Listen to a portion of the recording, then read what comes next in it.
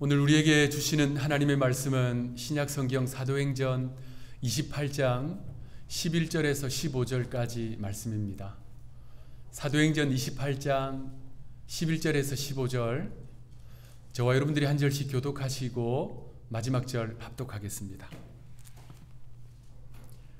석 달 후에 우리가 그 섬에서 겨울을 난 알렉산드리아 배를 타고 떠나니 그 배의 머리 장식은 디오스구로라. 수라구사에 대고 사흘을 있다. 거기서 둘러가서 레기온에 이르러 하루를 지낸 후 남풍이 일어나므로 이튿날 보디올에 이르러 거기서 형제들을 만나 그들의 청함을 받아 이레를 함께 머무니라. 그래서 우리는 이와 같이 로마로 가니라. 합독하겠습니다. 그곳 형제들이 우리 소식을 듣고 아비오 광장과 트레이스 테베르네까지 어디로 오니 우리 그를 보고 하나님께 감사하고 담대한 마음을 얻으니라. 아멘. 주사위는 던져졌다. 주전 50년 로마의 정치가이자 장군이었던 율리우스 카이사르가 남겼다고 알려지는 유명한 말이지요. 카이사르, 영어로는 시저. 그는 자신의 연전연승의 군단을 이끌고 루비콘 강을 건넙니다. 루비콘 강은 당시 이탈리아의 북방 경계선이었어요. 그 시대에 전쟁에서 귀환하는 장수들은 루비콘 강을 건너기 전에 무장을 다 해제하고요, 자신의 군대를 다 해산하는 것이 전례였습니다. 그런데 시저는 자신의 군단을 이끌고 루비콘 강을 건너서 로마로 진격해 들어갑니다. 그리고 모든 정적을 다 물리칩니다. 그리고 내전을 평정하고 스스로를 독재관에 임명합니다. 자, 그때까지 로마의 정치 구조는 공화정이었어요. 오늘날의 공화정과는 좀 다르지만 원로원을 중심으로 한 여러 명의 고위 귀족들이 정치 권한을 나눠 가지고 있는 로마식 공화정이었어요. 그것이 무려 500년 동안 지속되었는데 그 공화정을 딱 스탑하고 1인 독재를 시작한 사람이 바로 시저입니다. 이 시저가요, 스스로를 독재관에 임명했는데 이 독재관은 원래 이 로마가 전쟁과 같은 국가적 이 위기 속에서 임시로 임명하는 권력이었습니다. 물론 로마 국민 가운데 제일 높은 직책이었지만 한시적으로 6개월 정도 주는 이 직책이었어요. 근데 시저는 그것에 만족하지 못했습니다. 그래서 자신은 독재관인데 어떤 독재관이냐면 종신 독재관으로 임명해요. 나는 죽을 때까지 이 위치를 차지하겠다. 그래서 그때로부터 로마는 실질적으로 황제가 다스리는 재정국가가 되었다라고 말합니다.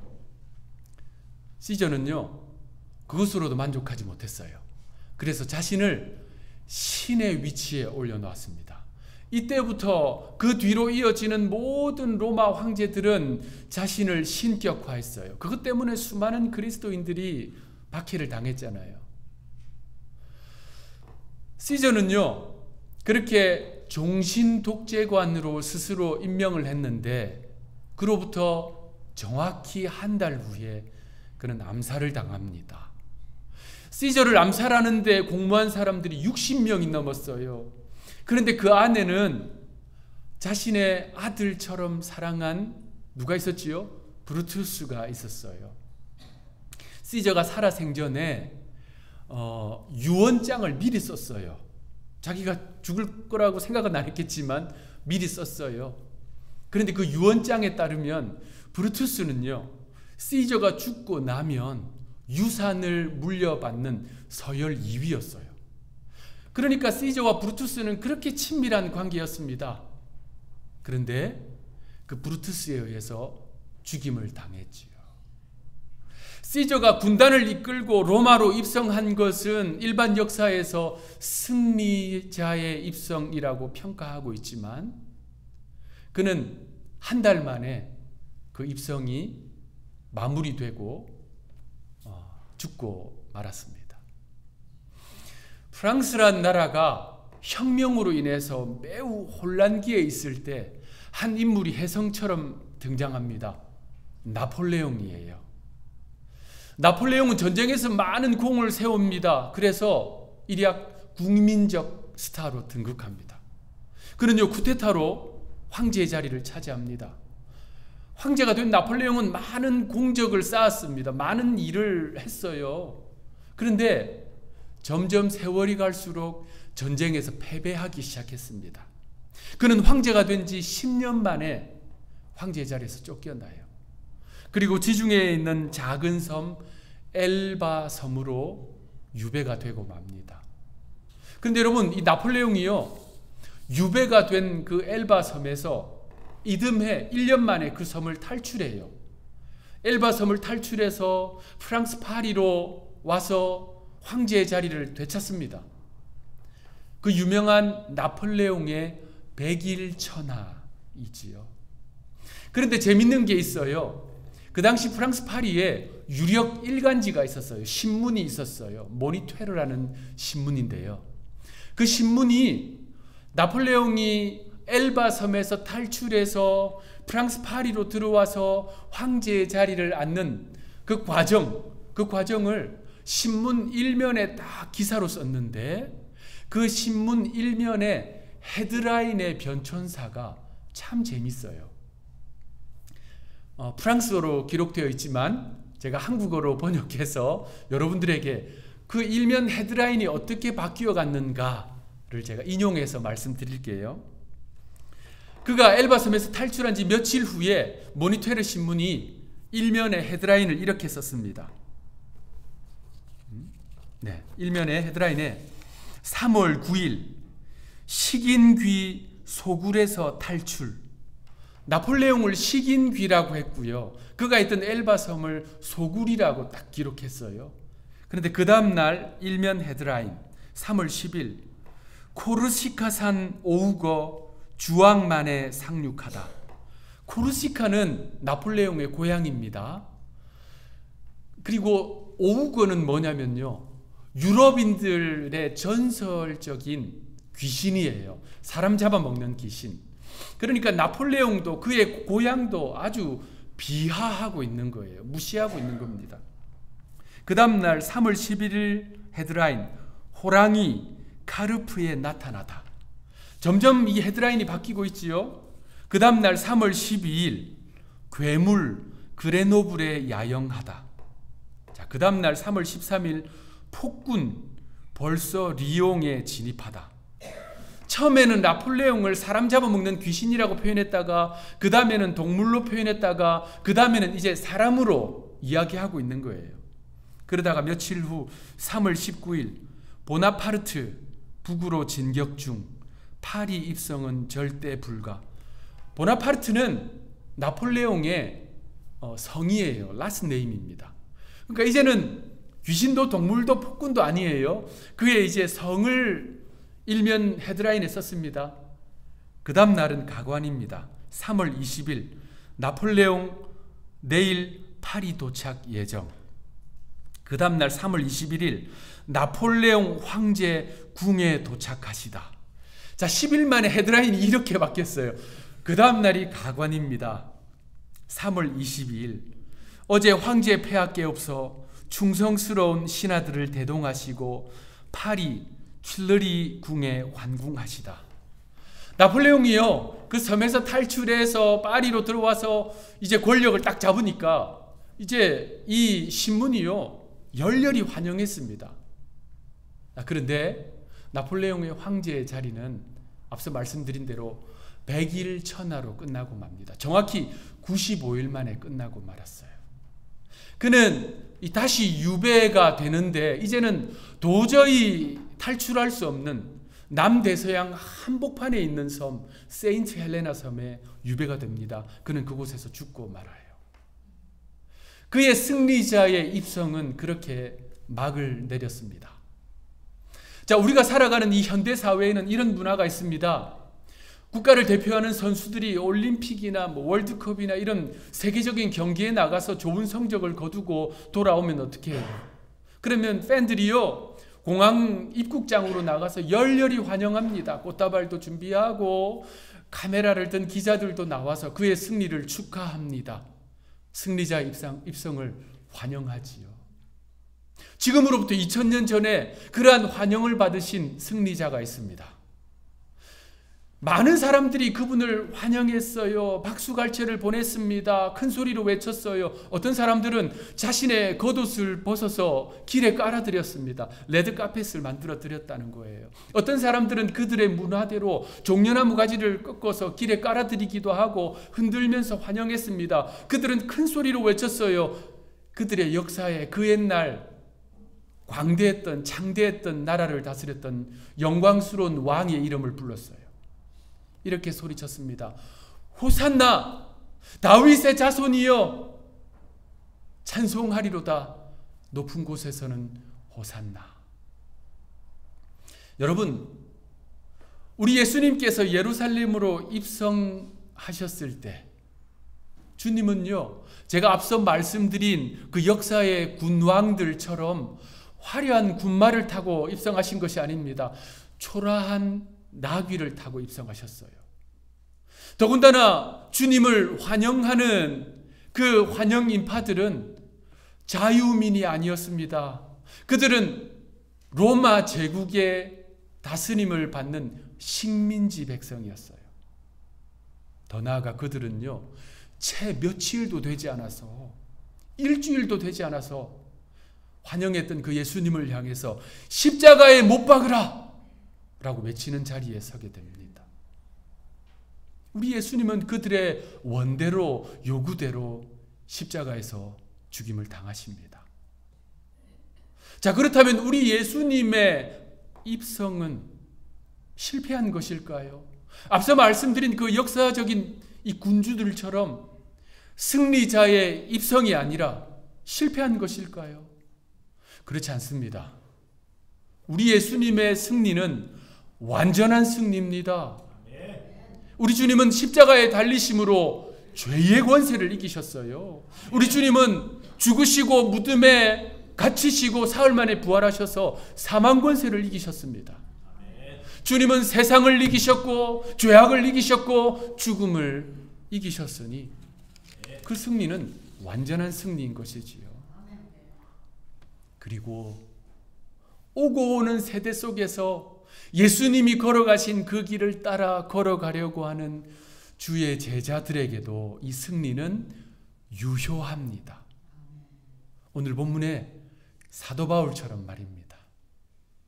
사도 바울과 그 일행들은 멜리데 섬에서 환영을 받았어요.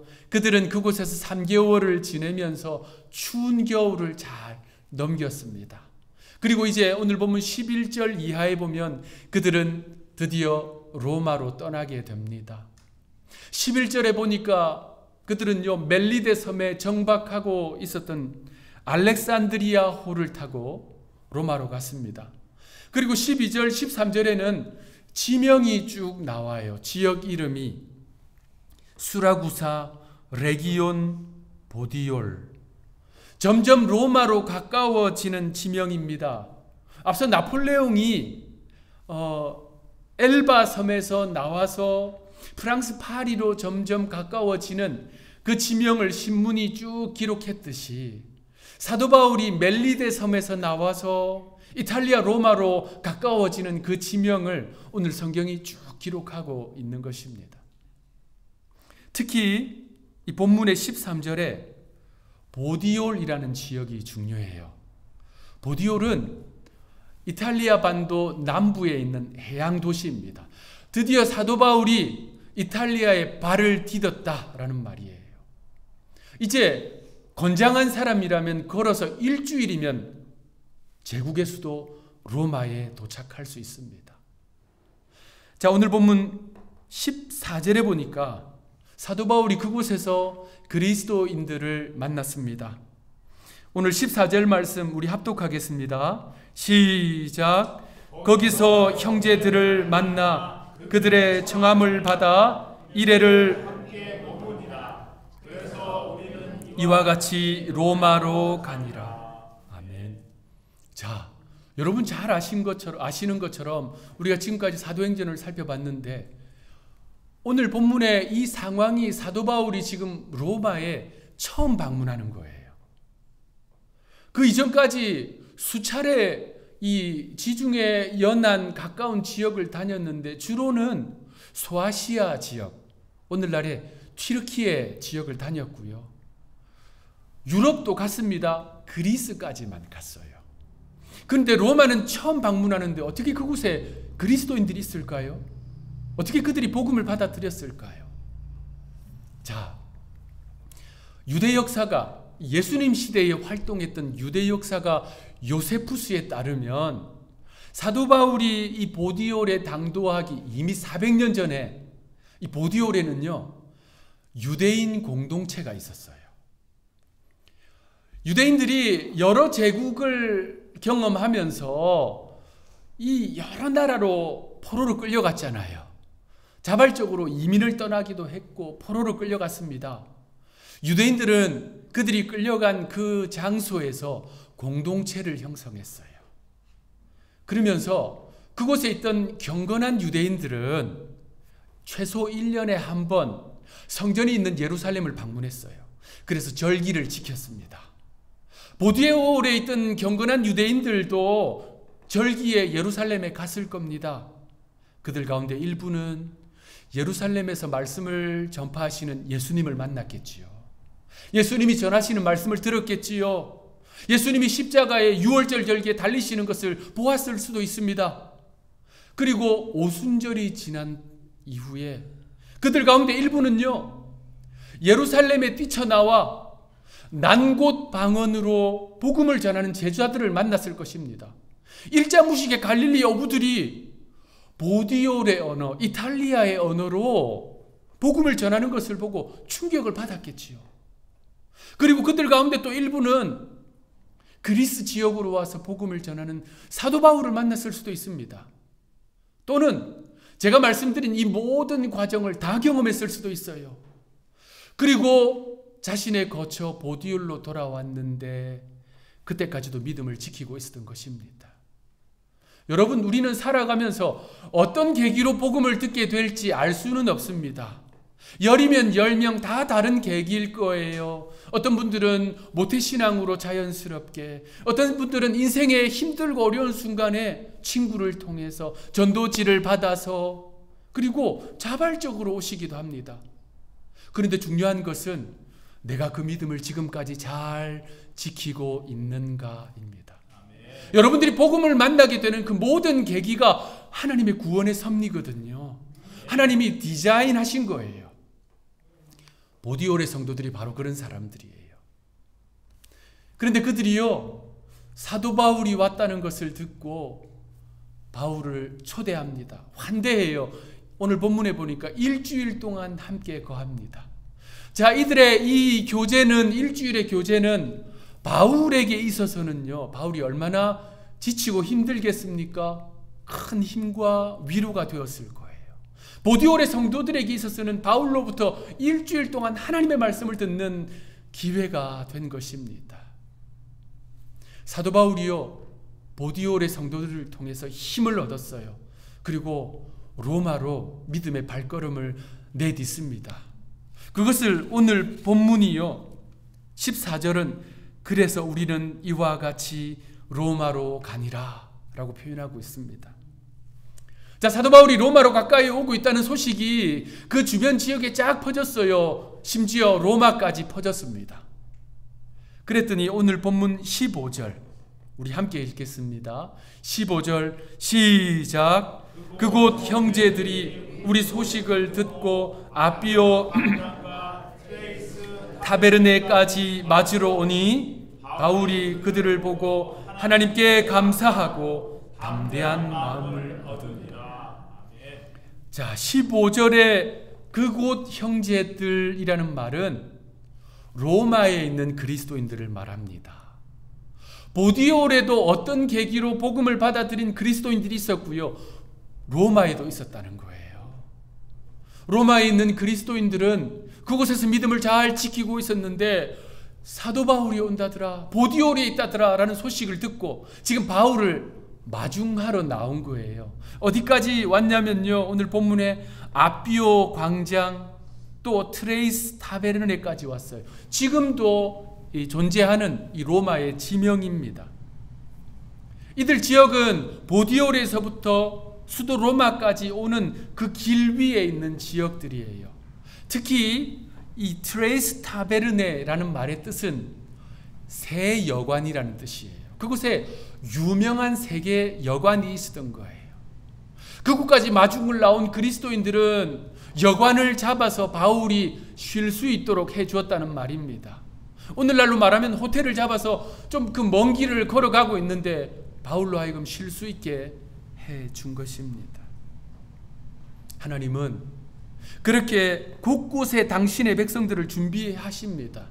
그것을 통해서 하나님의 사람들이 믿음의 길을 갈 수 있도록 힘과 용기를 얻고 도움을 얻고 또 동력을 통해서 이 길이 맞구나, 이 길이 나를 부르신 것이구나, 이 길이 하나님께서 완주하도록 이끄시는 길이구나 라는 것을 확신하게 해준 것이지요. 사도 바울은 보디올의 그리스도인들과 로마의 그리스도인들을 통해서 크게 위로를 받았어요. 그래서 이렇게 오늘 본문은 기록하고 있습니다. 오늘 본문 15절에 그들을 통해서 하나님께 감사하고 담대한 마음을 얻었더라. 그들의 환대는 지금 제국의 수도 로마로 입성하는 사도 바울을 위한 작은 팡파레와 같았던 것입니다. 자, 그런데 지금 바울이 걸어가고 있는 이 길이 중요해요. 이 길을 로마 사람들은 아피아 도로라고 부릅니다. 아피아 도로. 이 아피아 도로는요, 로마 제국에서 제일 오래되고 제일 중요한 길입니다. 로마 제국이 얼마나 광대했어요. 그들이 그 넓은 땅을 정복하고 또 효과적으로 통치하는 그 방법이 뭐였냐면요, 길을 잘 뚫었어요.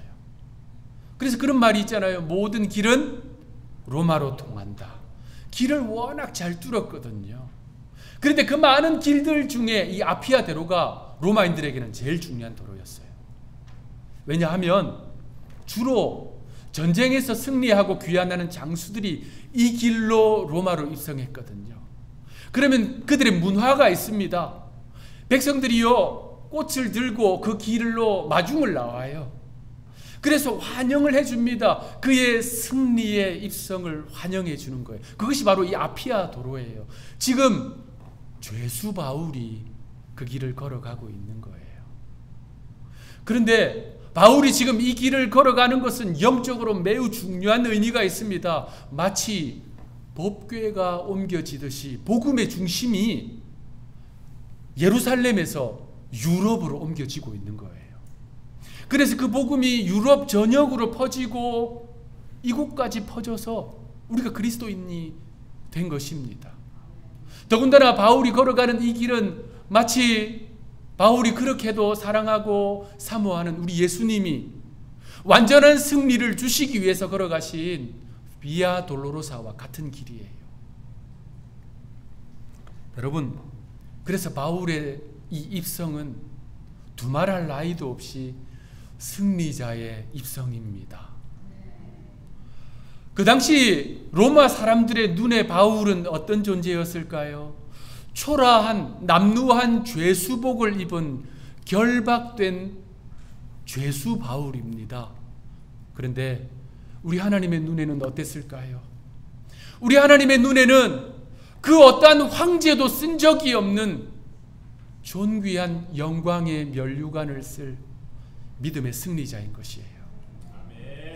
그가 지금 로마로 입성하고 있는 것입니다. 우리 한우리 성도들이 걸어가는 믿음의 길이, 인생길이 이와 같기를 축원합니다. 여러분, 이 세상의 군왕들이 바라는 그저 세속적인 승리가 아니라 끝까지 믿음을 붙들고 저 천성에 입성할 때까지 흔들리지 않는 믿음의 승리자들이 되시기를 주님의 이름으로 축원합니다. 우리보다 앞서 그 길을 걸어간 선교사님 한 분을 소개해드리고 오늘 말씀을 마치겠습니다. 헨리 모리슨이라는 선교사님이에요. 이분이요, 아프리카 선교사였습니다. 미국 분인데요. 일생 아프리카에서 사역했어요. 40년 동안 사역을 했습니다.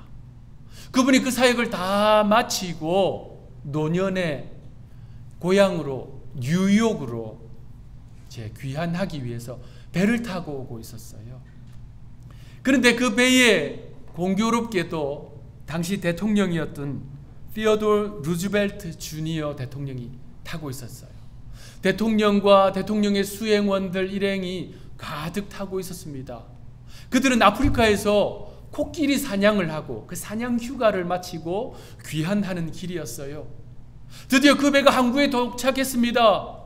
그런데 항구에 수많은 환영 인파가 그곳에 모여 있었어요.